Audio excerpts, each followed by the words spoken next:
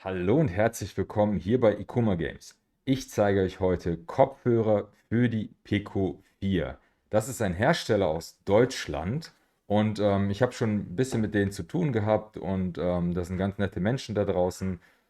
Ich glaube aus dem Schwarzwald, unten im Süden, eine kleine Firma namens KB Tech, die ja verschiedene Lösungen für Virtual Reality bieten, teilweise Zubehör, aber das ist nur ein kleiner Bereich. Die machen aber auch sehr viel anderen Kram, ganz individuelle Lösungen für Firmen und so weiter. Aber eine Sache, die sie machen, sind eben so eine Kopfhörerlösung für verschiedenste Headsets, in Handarbeit zusammengeschustert quasi, nämlich die Modicap-Reihe nennen sie die, glaube ich. Steht hier auch drauf, Modicap. Hier seht ihr das Paar.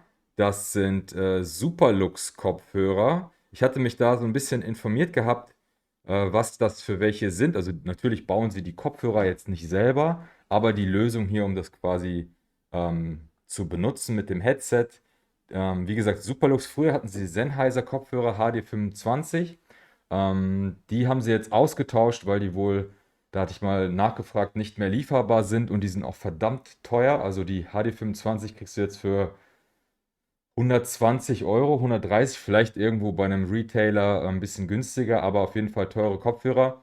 Dieses Paar hier kostet 99 Euro und ich habe mich informiert, das sind die Superlux, was steht denn hier drauf?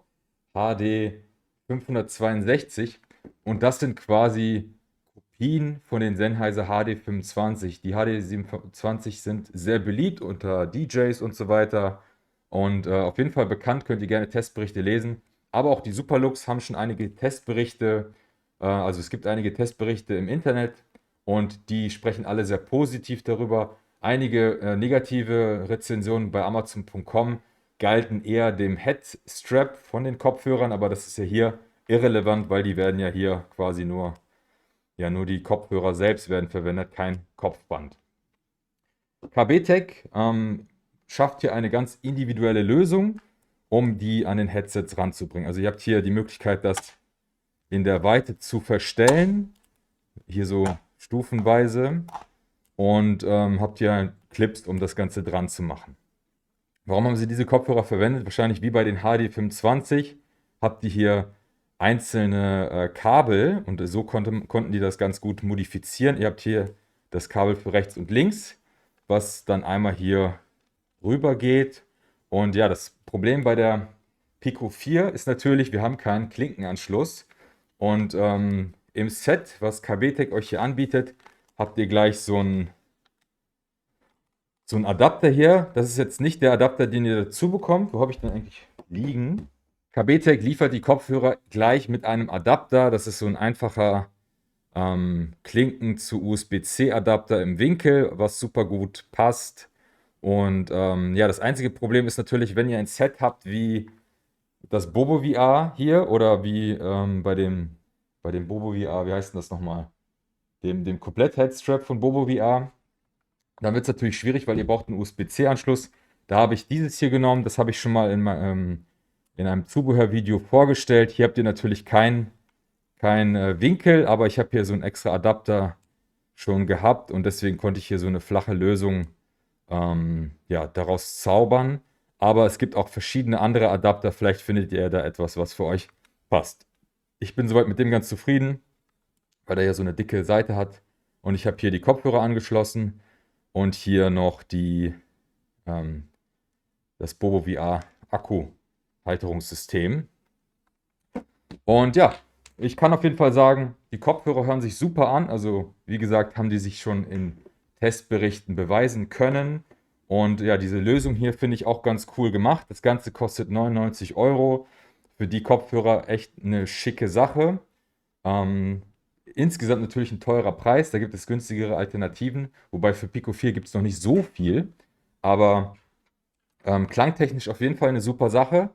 Es gibt ein paar Nachteile, die ich darin sehe. Ihr könnt das Ganze nicht so verstellen, außer eben den Abstand so ein bisschen entfernen. Genau, hier könnt ihr so den Abstand entfernen, je nachdem. Aber ja, ihr könnt das Ding nicht von hier aus tiefer machen oder irgendwie im Winkel verstellen. Das ist natürlich ein starres System. Und wenn das für euch nicht passt, zum Beispiel hatte ich die schon mal für die Pico 3. und da waren die hier zu eng. Also das Headset selber hatte hier einfach weniger Platz von Seite zu Seite, sodass die Kopfhörer zu eng waren und das hat mir auf die Ohren gedrückt. Das Problem habe ich bei der Pico 4 jetzt hier nicht, aber zum Beispiel muss man hier, sorry for bad hair day, das Ganze so aufziehen. Also ich kann das jetzt nicht einfach so auf den Kopf ziehen, dann sind die Kopfhörer so ein bisschen im Weg, beziehungsweise klappen mir die Ohren um, sondern ich muss die hier schon ein bisschen hochklappen und dann ein bisschen an meinem Ohren fummeln, dass die wirklich gut sitzen. Aber wenn sie dann einmal sitzen, ist das hier schon echt super. Ich habe das Gefühl, ich müsste sie eigentlich noch ein bisschen nach vorne schieben, damit die hier ein bisschen besser auf meinen Ohren liegen. Aber das ist halt nicht möglich, weil das ist schon das Weiteste, was vorne sein kann. Und ja, von der Höhe her passt das so ganz gut. Aber wenn eure Ohren höher liegen oder tiefer, könnt ihr die ein bisschen runtersetzen. Das geht schon. Aber wenn eure Ohren, das ist natürlich wie immer bei VR individuell, anatomisch, sagen wir mal, weiter vorne liegen, könntet ihr Probleme mit den Kopfhörern bekommen. Je weiter hinten die liegen, desto besser würde ich jetzt nicht sagen, aber es ist eben ganz individuell. Man muss es wie immer einfach mal ja, ausprobieren. Ihr könnt ja mal gucken, ich habe hier das Bild, beziehungsweise kann euch hier das so hinstellen, dann könnt ihr sehen, setzt euer Headset mal auf und guckt, wie das Ganze für euch funktioniert. Man kann das hier auf jeden Fall insgesamt höher schieben, das geht schon, ihr könnt das hier hin und her sliden, aber eben vorne ist irgendwann Ende. Hier habt ihr die Kopfhörer bzw. die Lautsprecher des Headsets und hier ist einfach Ende. Also weiter nach vorne geht das nicht. Wie gesagt, bei mir ist es hart an der Grenze. Funktioniert bei mir aber sehr gut. Ich werde die auf jeden Fall jetzt immer benutzen für die Kopfhörer, wie gesagt, beim Aufsetzen, aber ich habe dadurch, mit dem Headset muss ich sowieso das Ganze komplett aufsetzen, also aufmachen. Dann nehme ich hier die Kopfhörer, schiebe die ein bisschen nach außen und dann setze ich das Headset auf. Also das ist ein bisschen umständlich, beziehungsweise umständlicher als vorher, aber für eine super Soundlösung ist es mir das wert. Natürlich wäre ein Klappsystem oder so besser, aber eben die nutzen hier Kopfhörer, die schon so verfügbar sind und toll ist insgesamt, dass sie hier so eine Lösung schaffen können. Aber wahrscheinlich wäre es nochmal deutlich komplizierter, da irgendwie so eine Art Kippsystem zu machen. Ist wie gesagt alles in Handarbeit gemacht. Also die haben hier diese Halterung gedruckt, die eben passen zu dem Kopfhörersystem. Dann haben sie hier die Kabel, die sind wahrscheinlich auch individuell zugeschnitten. Man sieht hier und da auch hier ne, Isolierkleber, also das haben die wahrscheinlich selber zusammengelötet und so weiter und so fort. Also eine ganz kleine Geschichte, aber ich finde auf jeden Fall eine gute Sache und würde ich gerne definitiv ja, positiv benennen und unterstützen. Vor allem ein Hersteller aus Deutschland, den ihr da unterstützen könnt, der auch viel mit VR zu tun hat. So Leute, ich zeige euch jetzt, wie ihr das Ganze installiert. Ihr habt hier euer Pico Headset. Hier nehmen wir als erstes das Polster raus. Das brauchen wir jetzt erstmal nicht. Und das stört auch letzten Endes nur. Und wir nehmen hier das Kabel raus, da wir das nachher fürs Kabel benötigen, um das Ganze irgendwie ordentlich zu halten. Wir haben hier die Kopfhörer. Ihr habt die hier miteinander verbunden. Ihr könnt auch hier diese Connects, also diese Verbindungen hier entfernen. Das geht hier schon. Da müsst ihr euch keine Gedanken machen, wenn ihr das irgendwie installiert. Aber ich würde euch sagen, raten, lasst ihr am besten dran, denn die sind schon so ein bisschen fummelig, um die wieder reinzubekommen. So, wir achten jetzt hier auf rechts und links. Wir machen das erstmal ganz einfach. Wir legen das hier drüber und verbinden das dann miteinander. Hier, die Headsets sind, die Kopfhörer sind hier mit so einem Klickmechanismus verbunden. Hier kommt das Ganze an die Halterung hier. Beziehungsweise die Halterung kommt hier an das Headset, an die Seite ran. Wir öffnen das, indem wir einfach das Ganze ein bisschen biegen. Das ist so ein ja, ganz normales Plastikmaterial, aber es ist schon so ein bisschen flexibel. Wir öffnen das hier so ein bisschen, also nicht aufhebeln, sondern wir müssen das ein bisschen aufmachen, um es dann hier rüber zu bekommen. Achtet auf rechts und links, steht hier so an der Seite dran und schieben das hier rein. Also am besten von innen. Dann könnt ihr das hier aufhebeln, reinquetschen, dann müsst ihr es eigentlich nur noch runterdrücken und hier gucken, dass das reinklippt. So, fertig aus. Jetzt könnt ihr das Ganze auch hin und her schieben, je nach Gusto. Bei mir muss es, wie gesagt, ganz, ganz vorne sein und das hält so auch ganz gut. Ihr könntet theoretisch noch irgendwas hier kleben und so weiter, aber würde ich euch nicht empfehlen. So, jetzt haben wir die andere Seite. Machen wir genauso. Guckt, wie gesagt, dass das Kabel hier, genau, ne, jetzt sieht man es schon, das Kabel wäre jetzt bei mir innen. Müsst ihr gucken, wie ihr das haben wollt, ob das Kabel hier außen hergeht, also oben drüber oder innen. Ich lasse es innen, dann wird es quasi, hier wird ja das Polster sein, dann will ich das dazwischen reingedrückt haben, also am Polster vorbei. Das sieht für mich am ordentlichsten aus, könnt ihr aber machen, wie ihr meint. So, wir verbinden das jetzt noch hier an der Seite. Einfach ein bisschen grob reinstecken, zumachen und dann habt ihr hier das Stück verbunden. So, jetzt haben wir hier das Kabel. Bei mir, wie gesagt, innen, weil ich mache das jetzt folgendermaßen. Ich habe hier das Kabel, ich nutze das so, einmal hier drumrum. Guckt, dass die Länge hier vorne zur Verfügung steht für den Adapter. Und ich nutze das so, weil das dann irgendwie hier fest ist. Ne? Wenn ich das dann hier festmache, dann schlackert das hier nicht so durch die Gegend, dann ist es hier vorne einfach gesichert. So, jetzt kann das Polster auch schon wieder dran. Guckt, dass das Kabel hier nicht eingeklemmt wird. Das ist schon ein relativ dünnes Kabel, so. Jetzt habe ich, wie gesagt, das Kabel hier außen, innen durchgeführt, außen am Polster vorbei. Das ist für mich so die ordentlichste Lösung. So, jetzt haben wir natürlich hier übrig das Kabel, das Klinkenkabel. Normalerweise ist hier so ein Adapter dabei. So, da könnt ihr den quasi direkt dran machen. Jetzt müsst ihr nur gucken, wie das Ganze dann letztendlich passt. Ich sehe gerade, dass es mit meiner Konstruktion gar nicht funktioniert, wenn ich das so mache. Ich brauche ein bisschen mehr Raum tatsächlich, weil ich habe vorher diesen Adapter benutzt und das klappt so anscheinend nicht. Dann mussten wir das wohl doch lösen. Ich zeige euch erstmal, wie ich es gemacht habe. Ich habe halt, wie gesagt, so einen Adapter, weil ich auf jeden Fall einen USB-Stecker brauche. Wenn ihr sowas hier benutzt, inklusive Winkel, werde ich euch alles in der Beschreibung verlinken. Dann könnt ihr das hier einfach verbinden. Ich habe hier das dann einmal umgeklickt, weil mir das sonst nach hinten zu weit ist, quasi so. Und da müsst ihr gucken, wie ihr das Ganze dann verbindet. Ich habe das hier quasi umgedreht, dass das Licht hier nach innen zeigt, einfach damit das USB-Ding nach unten zeigt und Klinke nach oben. So, den hier nach unten. Und dann habe ich das hier mit einem Velcro. So sieht das Ganze dann aus. Hier oben Klinke, hier unten USB-C. Mit so einem Klettverschluss habe ich das dann hier miteinander fixiert. Upsa.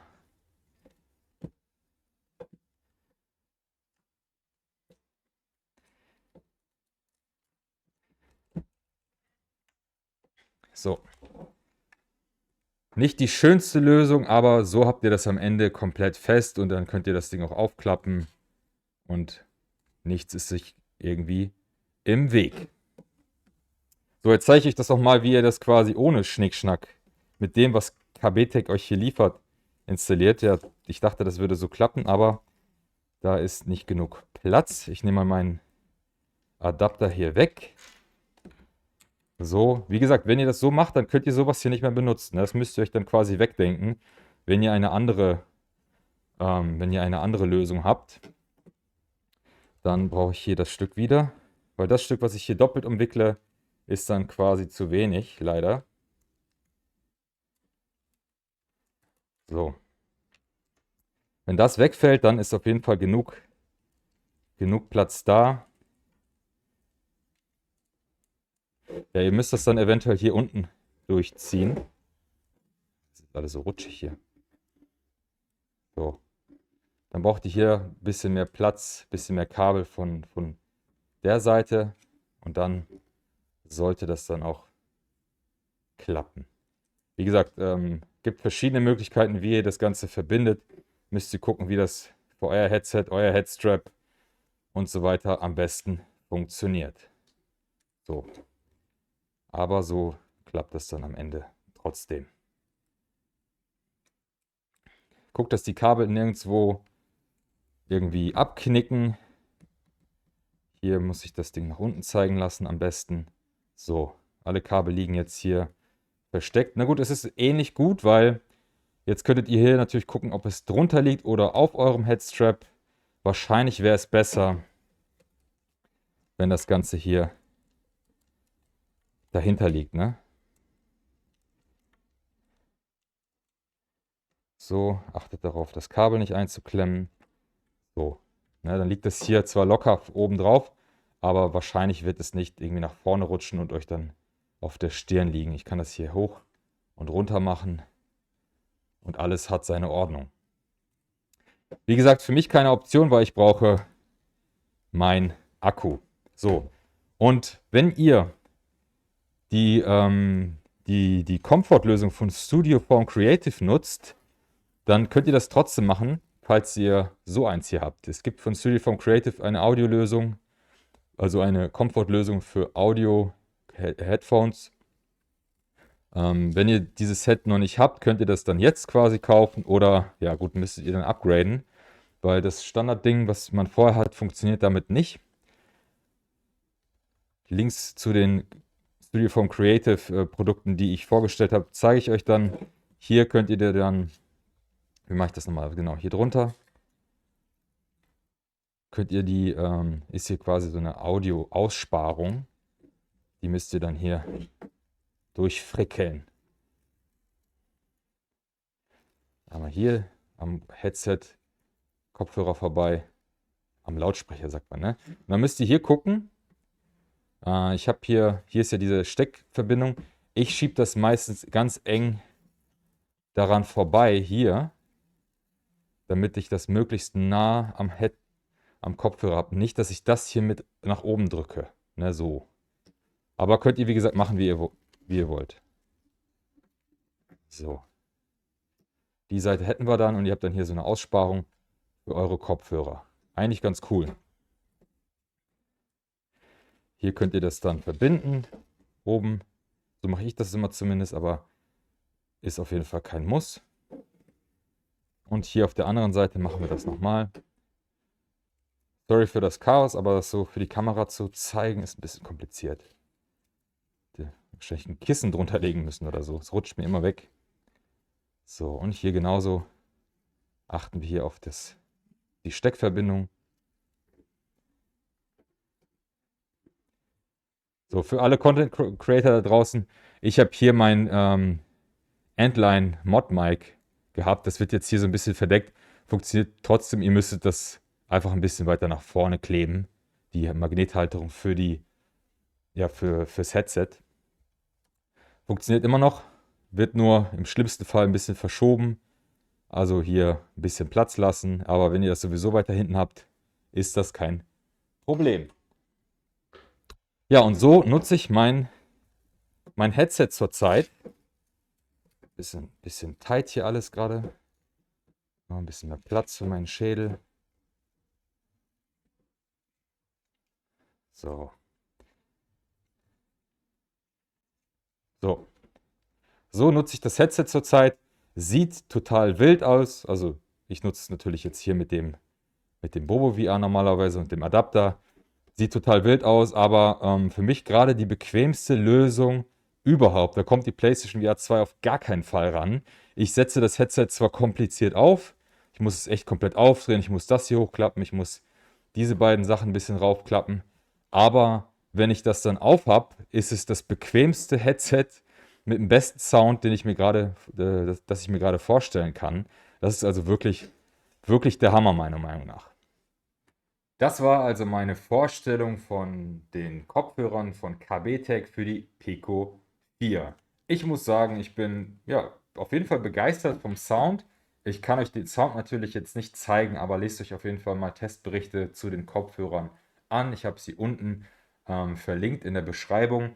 Andernfalls, ja, müsst ihr das Ganze einfach mal testen. Ne? Ist natürlich immer eine schwierige und individuelle Sache bei Virtual Reality. Mit der Passform, wie gesagt, ihr müsst es einfach ausprobieren. Vielleicht könnt ihr das auch einfach anhand meiner Bilder hier einschätzen, ob das mit euren Ohren passt und so weiter. Das ist, wie gesagt, ganz individuell. Ich persönlich finde die ganz gut und ja, so viele gibt es da draußen eben auch nicht und man unterstützt mit dem Kauf einen deutschen Entwickler, der sich eben auch mit VR beschäftigt. Auch eine schöne Sache.